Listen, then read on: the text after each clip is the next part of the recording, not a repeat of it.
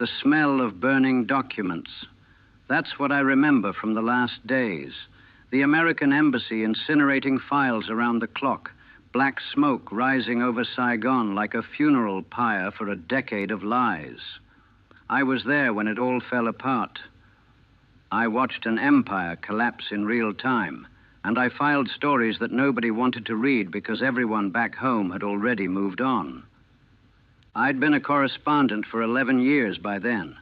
Started covering Vietnam in 1964, back when we still called them military advisors, and pretended this wasn't really a war.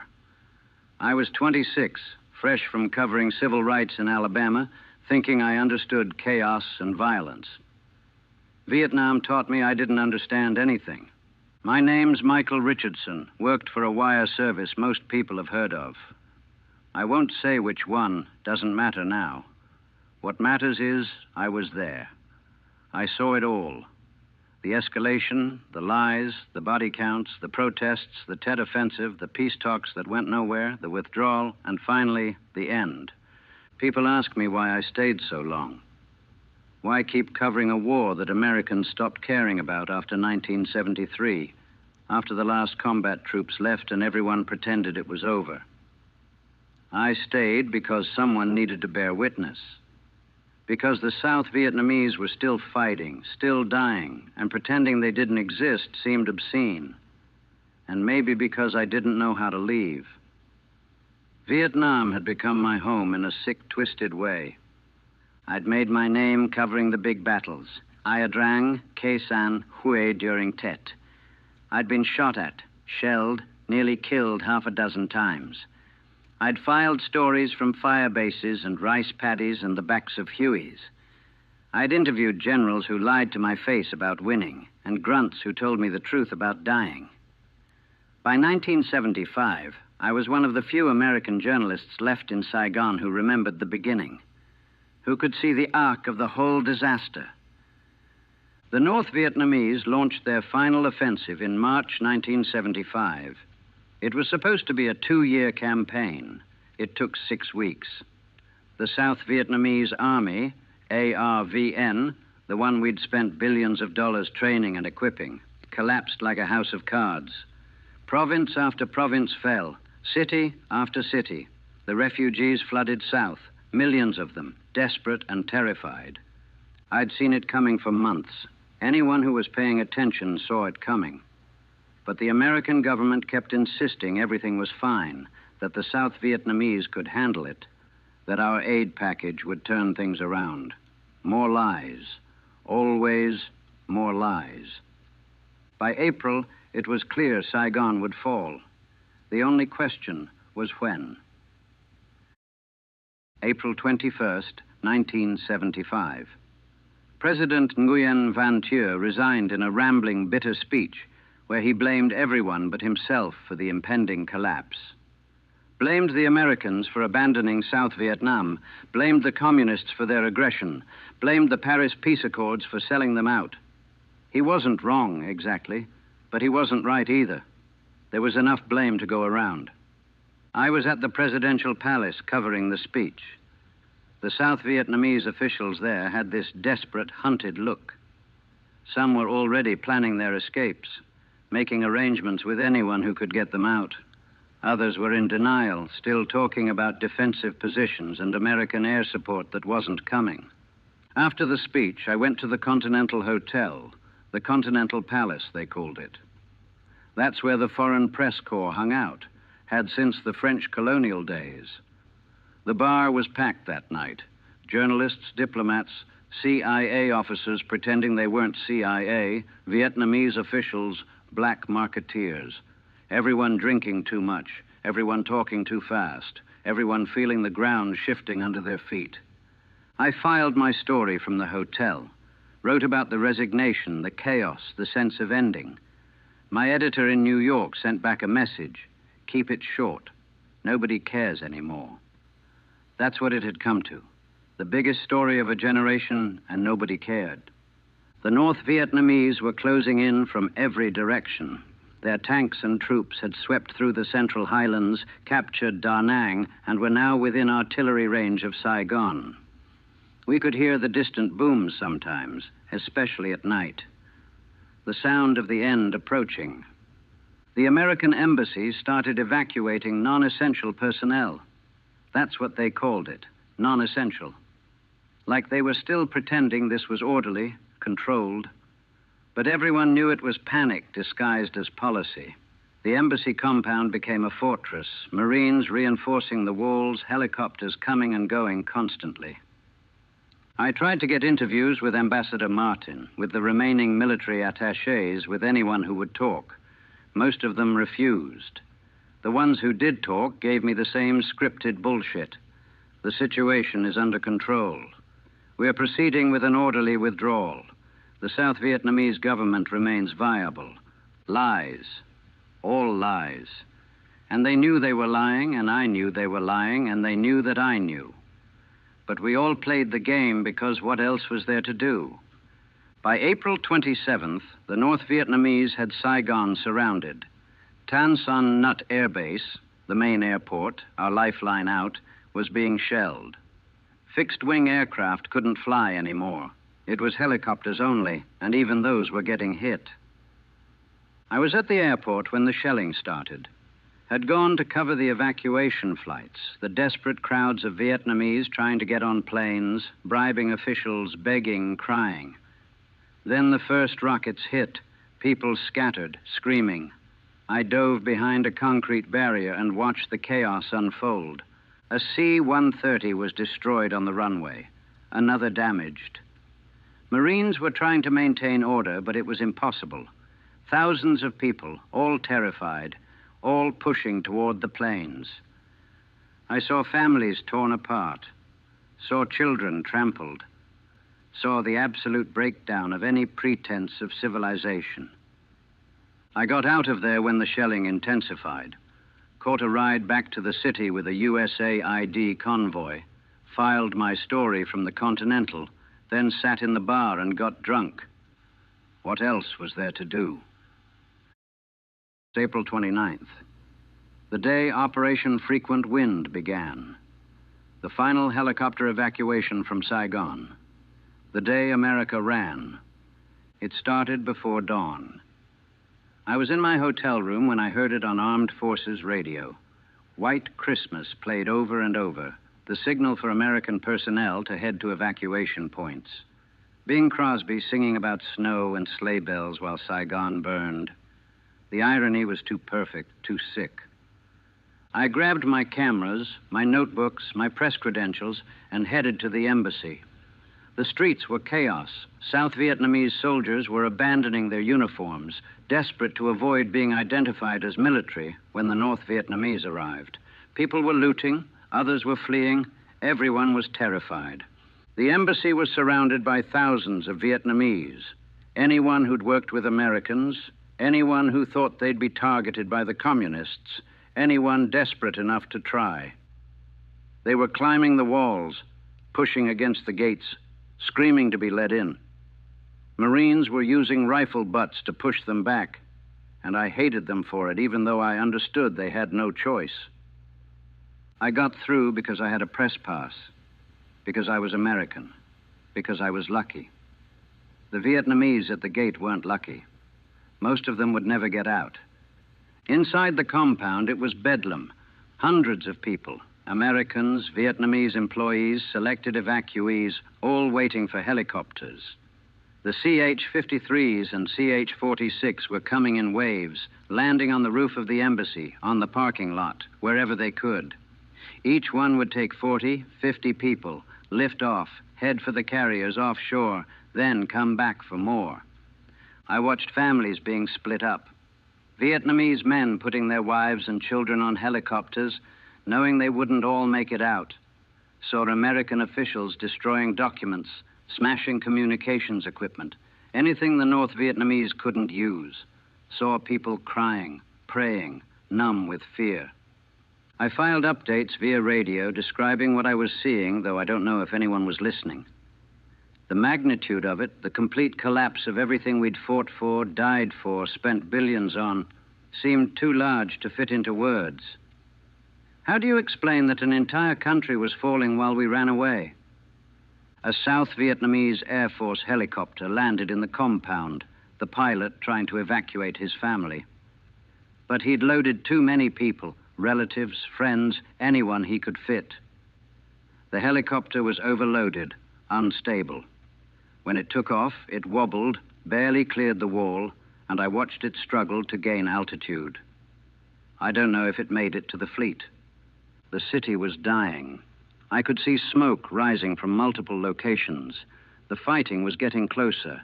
We could hear small arms fire now, not just artillery.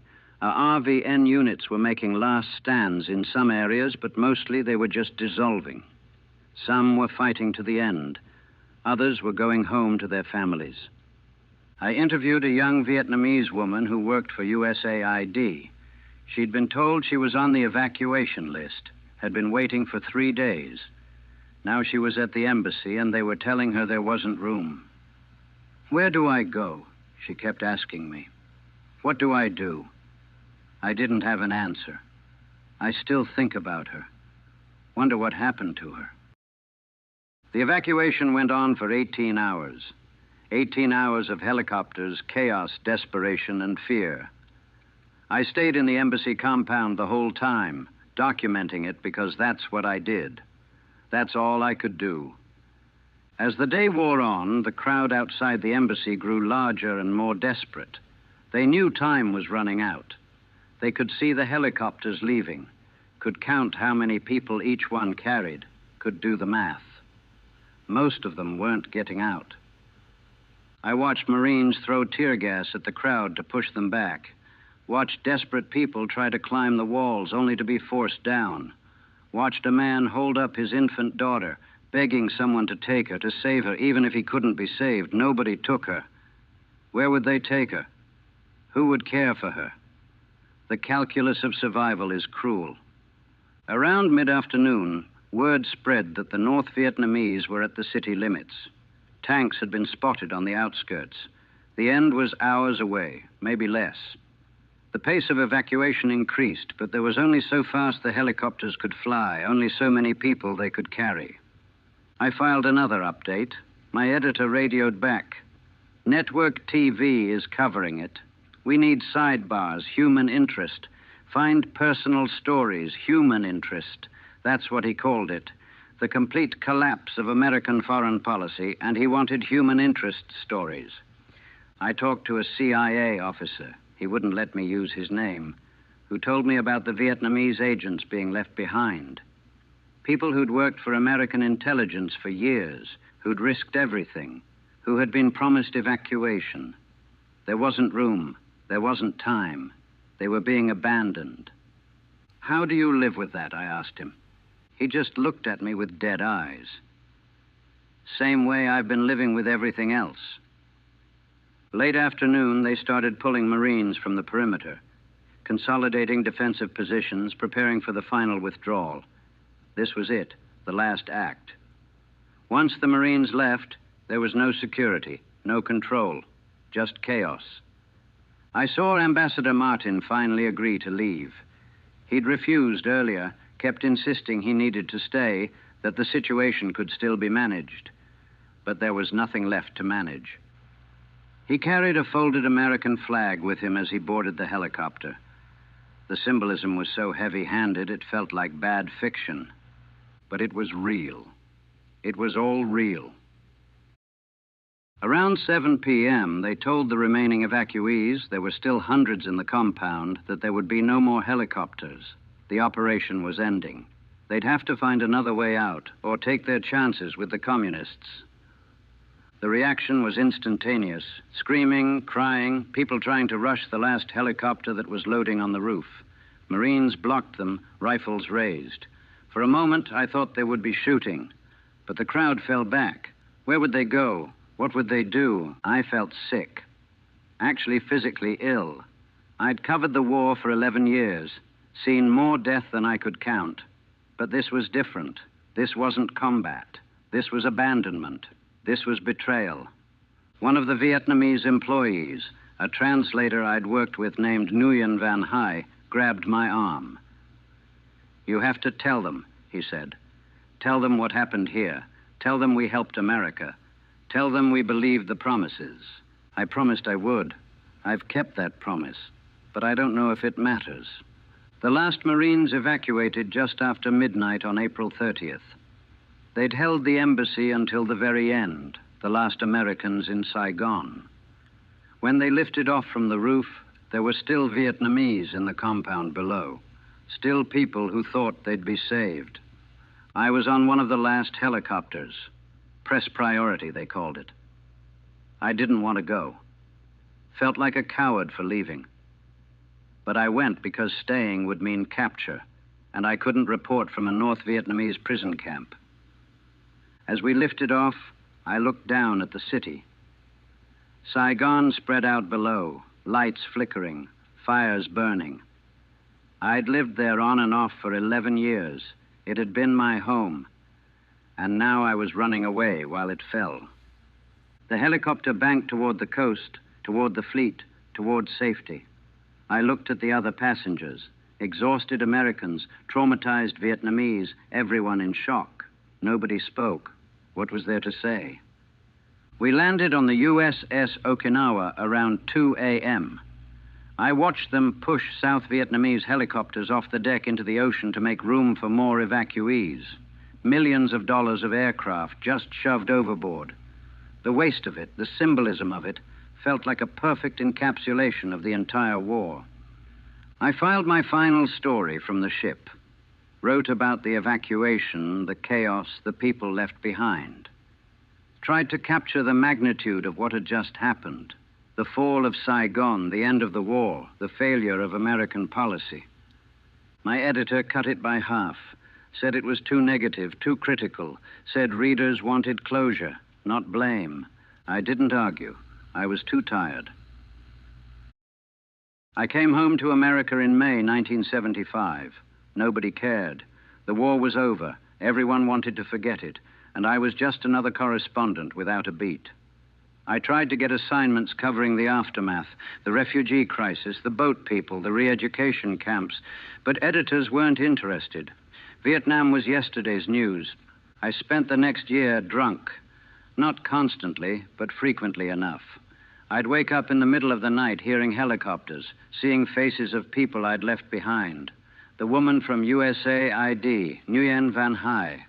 The man holding up his daughter, all of them haunting me. My marriage ended in 1976.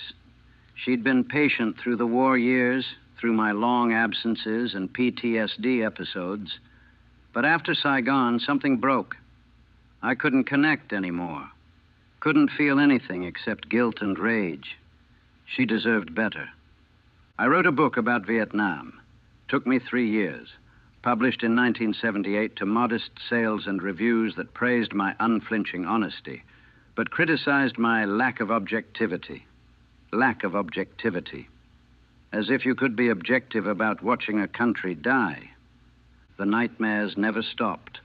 I see the evacuation constantly, see the crowds at the embassy, see the helicopters pushing people back, see the ones we left behind. Sometimes in the dreams, I'm the one left behind. I'm at the gate screaming to be let in while Marines push me back. I went back to journalism, covered other stories. Central America in the 80s, the first Gulf War, other conflicts, but it was never the same. Vietnam had been the story, the defining event of my generation. Everything after felt smaller, less significant.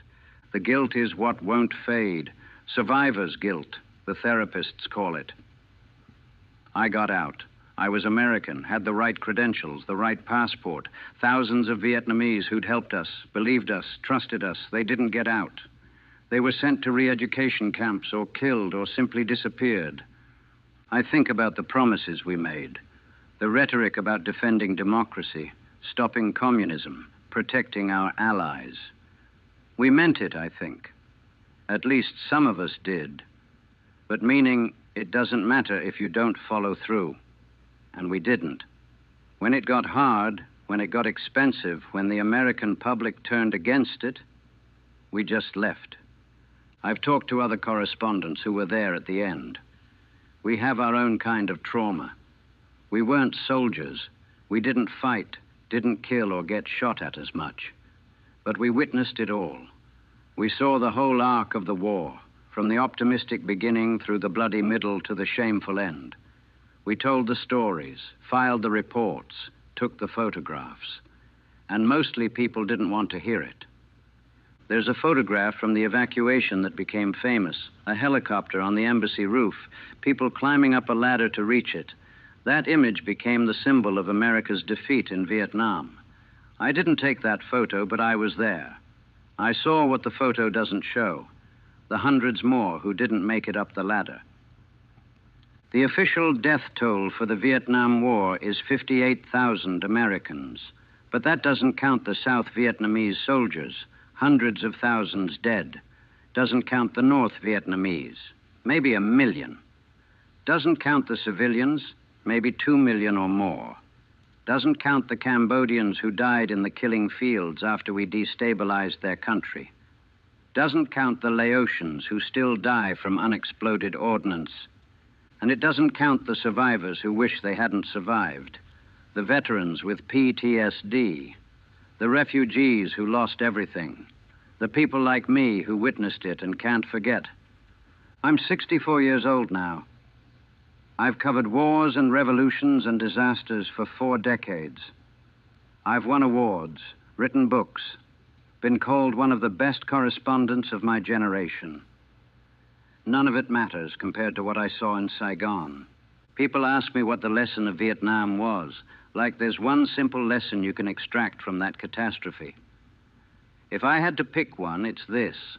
Once you make promises to people, once you convince them to tie their fate to yours, you can't just walk away when it gets inconvenient. The cost of betrayal is paid in blood and lives and nightmares that never end. But America didn't learn that lesson. We went into Iraq, made the same promises to people there, then left when it got hard. Afghanistan, same thing. The names change, but the pattern doesn't. Maybe that's the real lesson. We don't learn. We repeat the same mistakes, make the same promises, leave the same trail of betrayal. And people like me document it, file the stories, take the photographs, and mostly nobody listens. I still have the notebooks from April 1975, dozens of them filled with observations, interviews, details. Sometimes I look through them, trying to remember specific moments, specific people, but mostly I can't. The details blur together into one long nightmare of helicopters and crowds and smoke and fear. What I remember most clearly is the sound. The helicopters, constant for 18 hours. The crowd outside the embassy, the distant artillery, the armed forces radio playing White Christmas while Saigon fell. Those sounds never leave me. I watched America lose a war in real time. Watched everything we'd fought for, everything we'd promised, turn to ash. And the worst part, the part that really breaks me, is that it was all preventable. Every death, every betrayal, every moment of that shameful evacuation, we chose this. The last helicopter left Saigon at 12:15 a.m. on April 30th, 1975. The war officially ended, but for those of us who were there, it never ended. We're still in that embassy compound, still watching the helicopters leave, still seeing the faces of the people we left behind. I got out of Saigon, but Saigon never got out of me. Some stories you report, others you live. Vietnam was both, and I'm still living it, 47 years later. Still filing stories nobody wants to read about a war everyone wants to forget. I was there when it fell. I saw it all, and I'll carry it until I die.